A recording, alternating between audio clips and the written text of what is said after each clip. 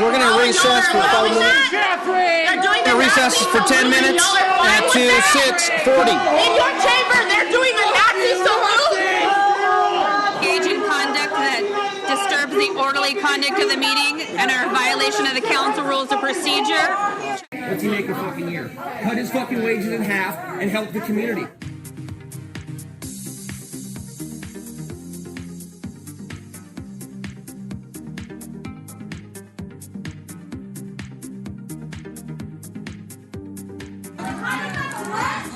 Staff, please start the live stream.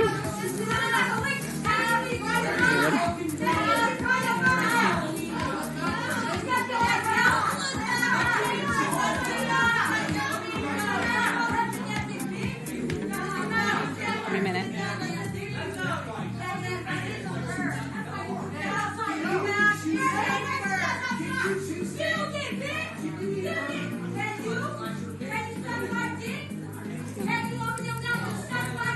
Yeah, go ahead.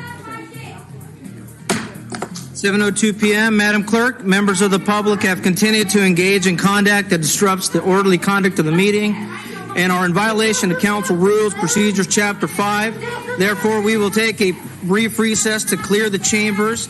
City Manager, instruct the Sergeant at Arms to clear the chambers. City Clerk, establish the portal to allow public a right to testify and participate via Zoom. We are in recess until cleared the chambers. Thank you.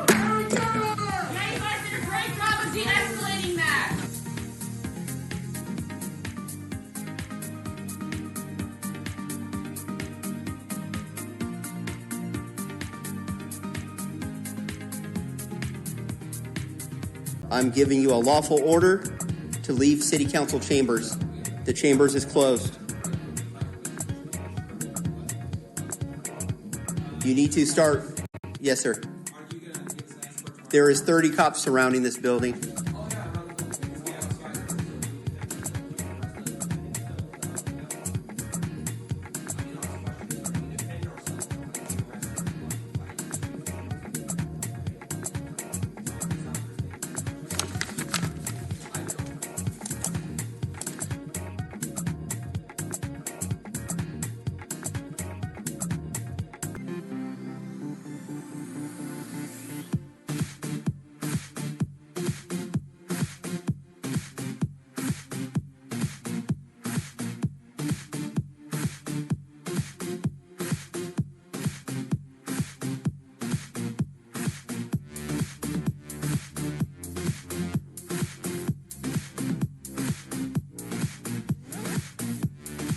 Here we go.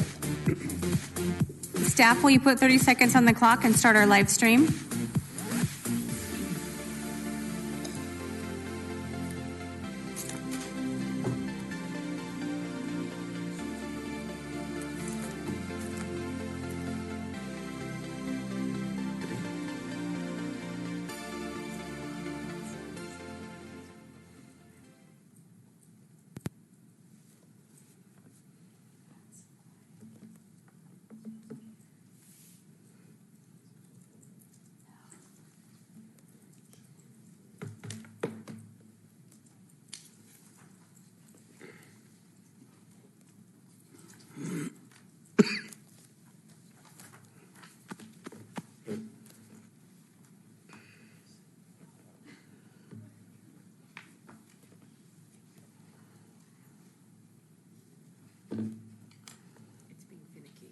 Okay, no worries. Wait a minute.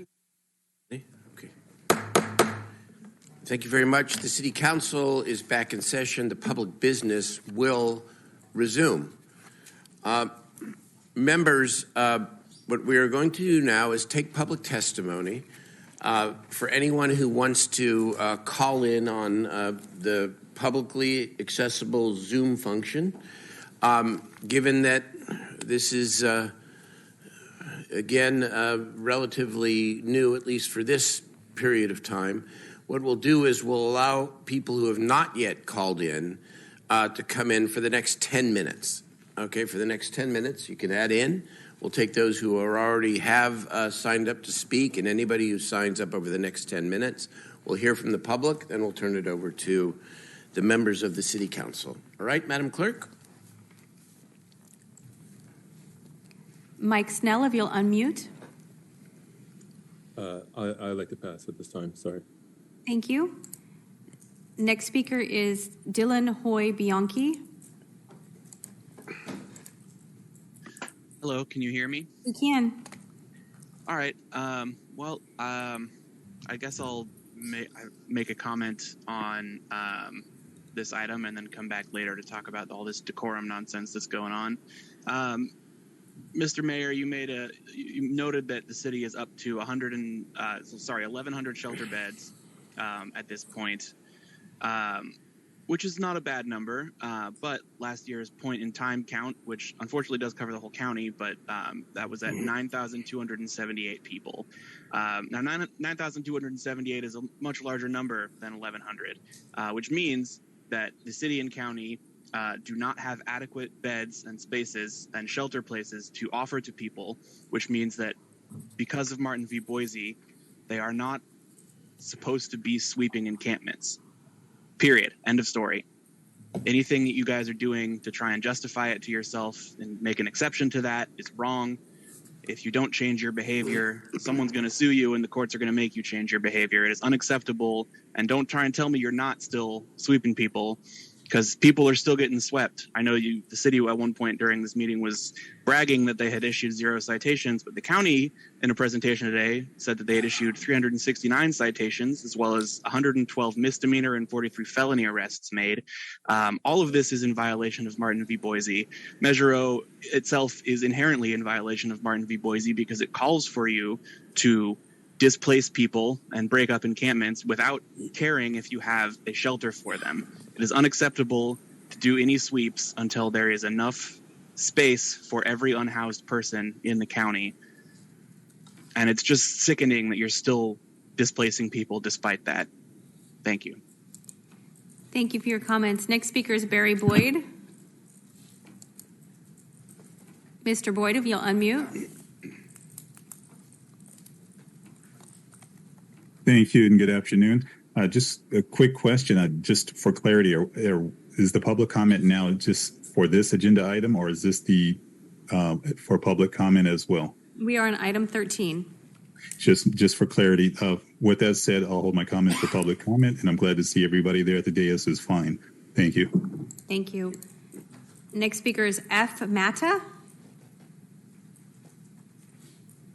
I am speaking on the matter. Can you hear me? Yes, we can. Okay. So my name's Francine Mata. I'm with the Sacramento Lowrider Commission. We advocated and have repealed the no cruising ordinance, authored AB 436, contribute to ACR 176, and Miller Park's environmental well-being, along with speaking regarding the inhumane living conditions for the unhoused citizens of Sacramento. During COVID, Health feeds up to 4 times a month and currently participate at least twice a month. We hold over 100 community events in our city, contributing to economic growth development and active in the youth community. Tents do not work. 1 person passed away and several people fell ill this past year at Miller Park. We had a walkthrough of Miller Park as we were displaced with Mr. Lada. Our lowrider community was displaced, and that's how we organized the Lowrider Commission. During the walkthrough, the SLC strongly advocated to transfer Unshelter to the tree-lined, unused, and evenly paved section of Miller Park.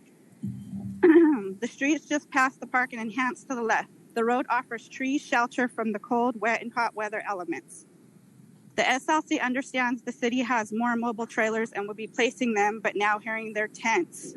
We are aware, and the temporary schedule, we've been told that it would be only for 30 days. Our recommendations is to place the trailers on the tree-lined side of the road at Miller Park. Our request still remains and asks that we be included, notified to offer assistance, expertise in these community matters, especially regarding parks that impact us and has always built community partnerships. We oppose the tents being put on Miller Park. This is an injustice to our community and the unhoused, and we ask that you reconsider this and let us in on this decision making. If you can please keep our community aware of these decisions and give the unhoused the proper services that they truly need. Thank you for your comments. Our next speaker is Keon B.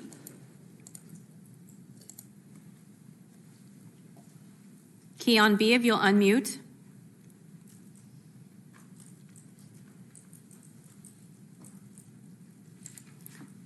Keon B., will you unmute?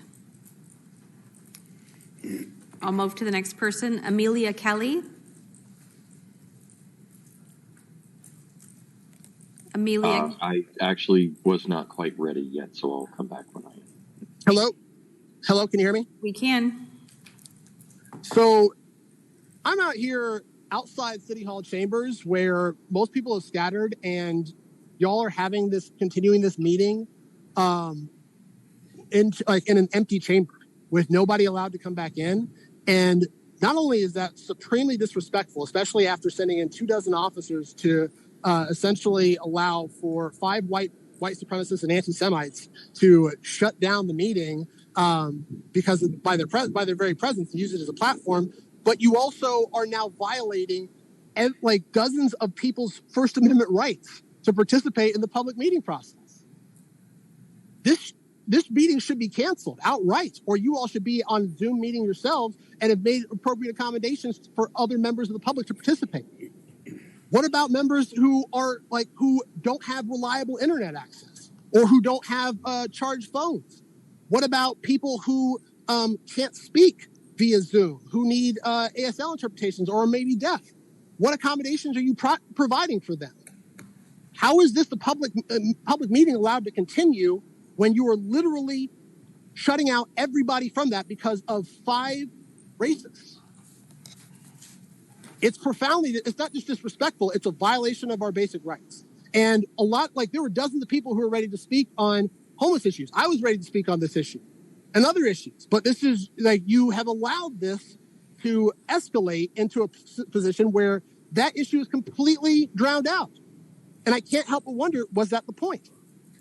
Was that the reason to actually do that?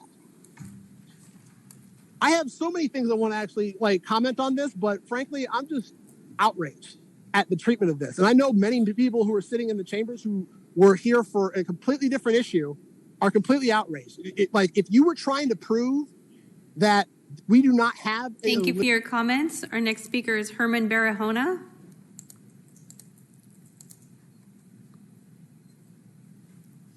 Yes, good evening, Mr. Mayor and members of the City Council. It is unfortunate what keeps happening with people who come here to disrupt the democratic process. And I commend you for staying cool in the middle of this mess. I'm with the Sacramento Environmental Justice Coalition.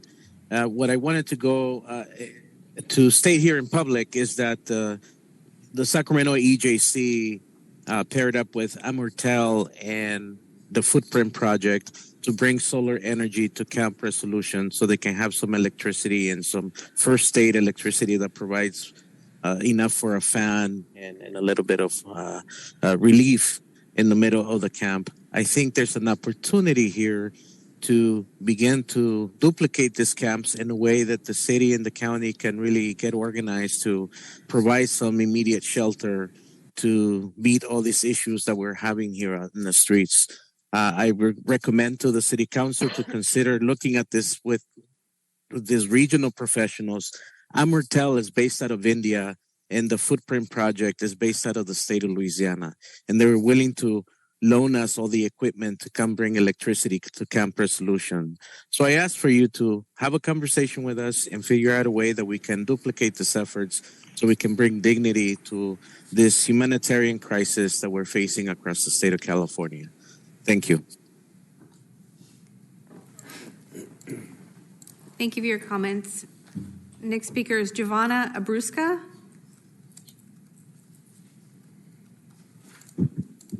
Hello. Please proceed. Okay. So my name is Giovanna Abruzzi. I am a member of the Brazilian Center. That is located in Clara Studio for Performing Arts. On April 26th, Sarah and I was verbally assaulted and physically assaulted by a man that had his keys 3 inches away from our faces. I submitted an incident report to the executive director, Megan, and the board of director, Gina. I let them know that I am a victim of domestic violence. And what happened to me at the Clara parking lot made me relive my trauma at that time. I felt dehumanized by both of them. I let them know I would feel safer with parking lot lights and to open up our bathroom. I was told no. With no results, the man continues to park on the side of the Brazilian Center, provoking me and my children. The city needs to take a look at what's going on at Clara Studios. There is discrimination. We are treated with no equality. There's also exclusion, and this is taxpayers' money that's funding Clara. And the city of Sacramento is empowering Clara to treat the community like they have been treating us. I am urging Katie Venezuela to take a look at the safety issues and discrimination of people of color and Latinos at the Clara Studio. I went to Kevin McCarty's office and spoke with Erica Costa, and she said there is not much she can do because she already spoke with Megan, and Megan told her she will not unlock the bathrooms to the Brazilian Center. The community should feel safer and in and out of Clara Studios. The bathrooms have been closed for over 8 years. We need the key, and we need to have an opportunity to have a fundraiser to fix the bathroom and not it to be used as a personal storage for Megan. Thank you for your guys' time. Thank you for your comments. Next speaker is Amelia Kelly. Hi there. I just had a question for the council. Please proceed. As somebody who was born in Sacramento County and lived most of her life in Sacramento, I have to ask, at what point in time do you look at yourselves in the mirror and say, I am a bad leader. I am a bad representative of my community because I still take a paycheck while thousands of my fellow citizens do not have a home and I won't build them one. So at one point, do you look in the mirror and say, I should be ashamed of myself? I'm done with my comments. Thank you for your comments. Next speaker is F. Mata. She spoke already. F. Mata, I believe you've already spoken, correct? Yes, sorry, it just went back on. Sorry. Thank you. Evan Minton. Evan Minton, if you'll unmute. Yeah, thank you so much. This is Evan Minton. I'm on the board of the Midtown Neighborhood Association, and I'm a D4 resident. Before I get to my comments, I just want to let you know that let folks know I was in chambers, and I'm so sorry and so disappointed that there was such hate in the chambers tonight. That's something that our council and the public should never have to face. And I'm just so sorry that folks are having to face that right now. It's not right. Each of you received a joint letter signed by the Stonewall Democrats, the Sacramento County Young Democrats, FemDems, the ACLU, the Sacramento LGBT Center, Organized SAC, and the Midtown Neighborhood Association. And I want to convey the contents of that letter to impact and be included in the conversation that you'll be having tonight. First, we want to say thank you to the council for recognizing that the status quo is unacceptable. And the status quo is that our unhoused neighbors are alternatively being frozen to death or baked to death on our sidewalks each season. And we want to applaud the city's commitment to keeping the Auburn Boulevard Respite Center open 24/7. This is a wonderful step in the right direction. However, this single location is not nearly enough. So we want to ask that the surplus budget dollars go to keeping respite centers open 24 hours a day, 7 days a week, citywide, and that we take measures, including those listed in the letter, to increase the likelihood that the respite centers will be used. And we are also advocating for surplus budget dollars to be directed to affordable housing for low and very low income Sacramentans. And that'll both help young professionals live closer to their jobs. It will serve to decrease pollution and climate change and also stem the rise of homelessness. So again, thank you for listening to my comments, and my heart goes out to all of you. Thank you again. Thank you for your comments. Next speaker is Corey Copeland. Hi, Corey Copeland, District 4 resident. I do want to echo what I think it was Keon B said, which is that the way that the chamber was shut down does feel like it would be borderline a a Brown Act violation, just to blanket close everyone out after noticing a public meeting. But I understand perhaps there are, maybe people felt unsafe, but it does feel like you could have just kicked the 5 Nazis out to me and it would have resolved things, made everyone feel safe. But that said, I did want to speak on progress that you all are making here and say that it feels fairly inadequate to the needs. Despite that, though, I do want to say that as someone who lives extremely close to the Miller Park site, I'm happy with you expanding it. Keep moving forward on that. I realize some other callers in my area were less happy about that, but we need spaces. And frankly, like even tents that I know you won't sweep is worth something to me, because everywhere else you seem to be willing to let people get pushed around and have their stuff taken. So yeah, keep making a lot more progress on that, and also hopefully on actual housing, so that when people get into those tents, they're not just stuck there with nowhere to go. So thank you. Thank you for your comments. Next speaker is Crystal Sanchez. Hello, can you hear me? We can. Hi, I'm requesting that you guys put this meeting off and allow public comment for a later time. I was just in chambers with my daughter and, a handful of unhoused folks who really wanted to speak on this topic because it does directly impact them and their voices are not at this table. And so I'm asking that you guys as a council, please put this off long enough for the public comment to actually be able to come in the way that it needs to. These folks don't have phones to contact you in the way that they need to. And also, super disappointed. My daughter has been coming to council with me since she was 2 years old. This was her first time she really wanted to speak. She had written her speech and it was shut down. She was scared to death. This is absolutely inappropriate. And I think we need to figure out something to, make this work a little better. And again, please put any decisions or any further conversation on this topic aside until we can really have a conversation where impacted voices are at the tables. Again, even in your partnership, there is no impacted voices. So please consider that, and thank you. Thank you for your comments. Our next speaker is APTP Healing Justice.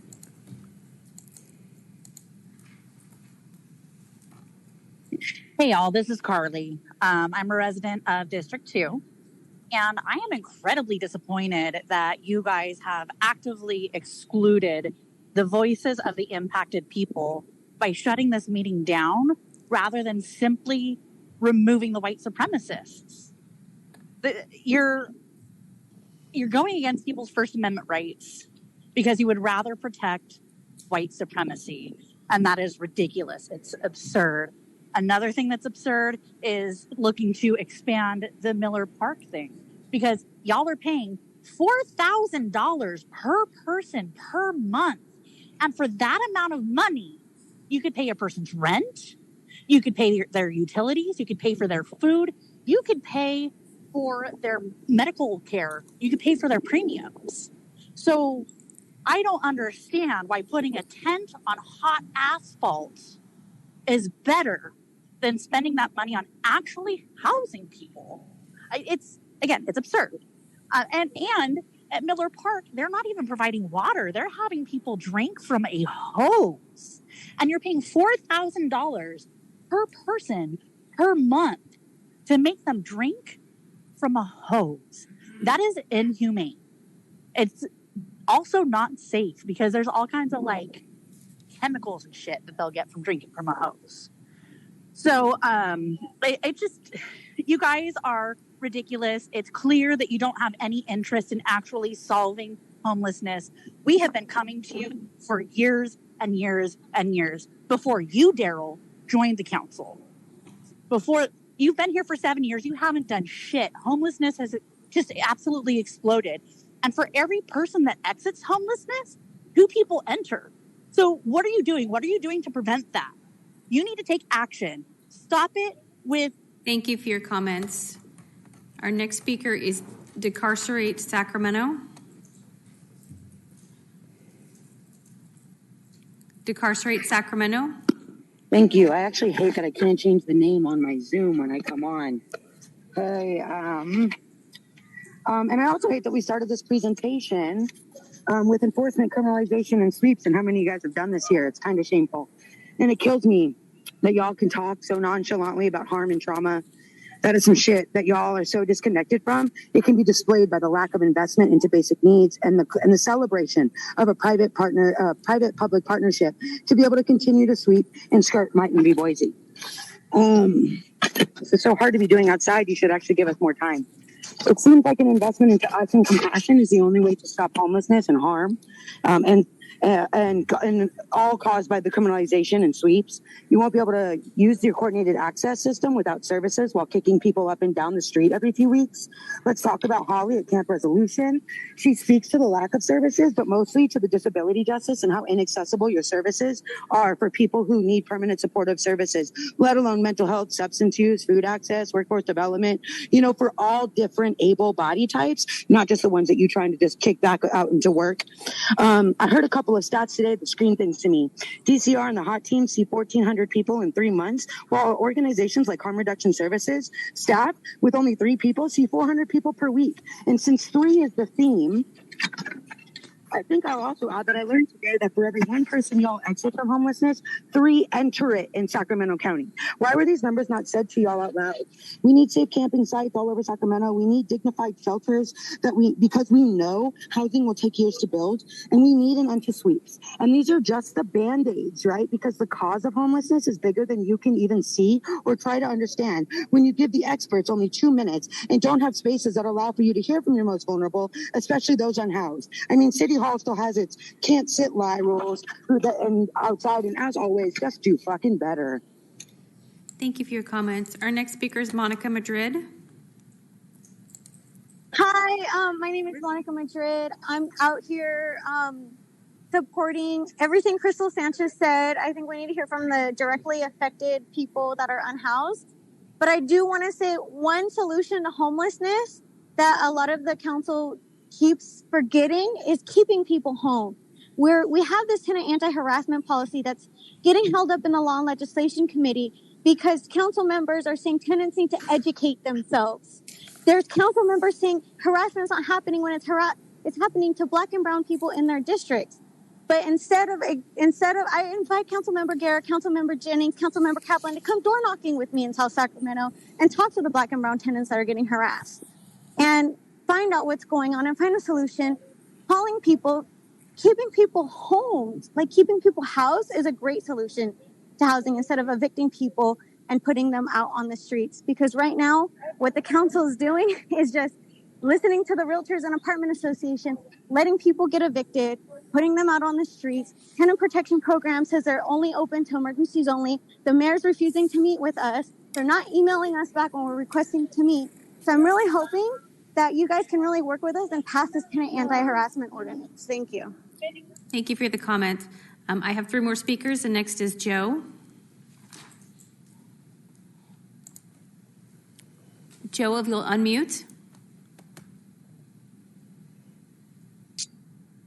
All right. Hello, members of the council and Mr. Mayor. My name is Joe Marino. I'm a board member of the Sacramento Water Commission, and I just want to strongly suggest and oppose that the location of the 60 tents to be placed at Miller Park be relocated or reconsidered.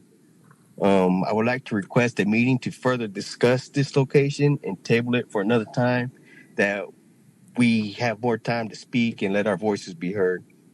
And this location of Miller Park, it means a lot to a huge community that frequents that park. And with the unhoused of 60 tents being there, it just don't mix. So please reconsider this location and table it for another time where you could hear a lot more voices that have much more concern with this. Thank you.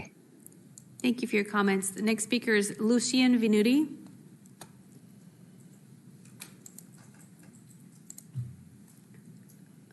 Lucien Venuti, if you'll unmute.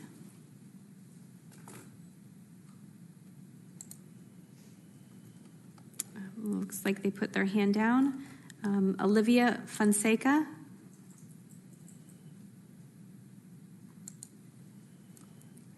Olivia Fonseca, if you'll unmute.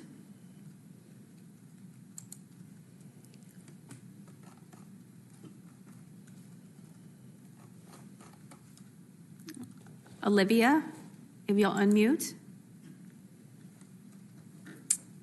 Mayor, it appears I have no more speakers. All right, and that was 20 minutes since we began the public testimony, for the record, over 20 minutes, I believe. And so people have had an opportunity, I think, to sign up even after the public testimony began. So let's turn it over to the City Council now and begin a public discussion. There's no vote tonight, but this is very important for the city and for the county leadership and our housing authority to take in and to engage in a conversation. Councilmember Jennings. Thank you, Mayor. I want to start off by saying that I want to commend the mayor, city manager, county supervisors, members of the 4x2, the city and county staff, Sacramento Steps Forward, SHRA, and other partners that I can't list tonight, but I will list in the future. But I just want to commend them for the incredible work that they have put into the city-county partnership that we have in front of us. I think we all recognize the severity of the current situation and want to ensure that we are focused on what the city is responsible for doing in support of the county's efforts, also what the city needs to do on its own. To the mayor, city manager, and my colleagues, I believe that because of the urgency of this issue, a workshop of the council is needed and should take place before June the 30th. I have some ideas about what the agenda should include, but not be limited to. Focus area number 1, defining the city's role moving forward. What is our plan as informed by the city-county partnership agreement and Measure O? Focus area number 2, what is the future of the Department of Community Response? How does DCR fit into our public safety delivery system, as well as our plan to address our unhoused population moving forward? Focus area number 3, a discussion on the implementation of the city's enforcement of issues regarding the unhoused and the allocation of resources for an enforcement strategy. Subject matter experts for this workshop should include: what are the impacts of the Boise decision on our plan? A discussion of our current policies and where they fit into our current plan, including sidewalk ordinance, critical infrastructure ordinance, the fact that our parks close at sunset, the enforcement aspects of the voter-approved Measure O, and how anti-camping ordinance works moving forward, as well as protecting those with private property.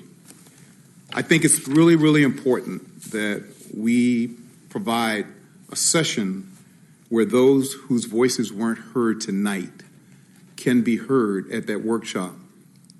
And so with that, I'm asking the council, I'm asking the city manager, I'm asking the mayor, I'm asking my colleagues to prioritize a workshop where everybody's voice can be heard. And we can also hear from the public's voice, and we can strategize together. First of all, I think it's a fine suggestion. I think we can organize such a workshop. I mean, the more that we talk about this is a mini workshop tonight, not a complete one, but a mini workshop. The more that we can talk about this in a comprehensive fashion, I think the better. Obviously, there's a lot of public emotion around these sets of issues, so we need to make sure that we can have a real discussion with the public and amongst ourselves.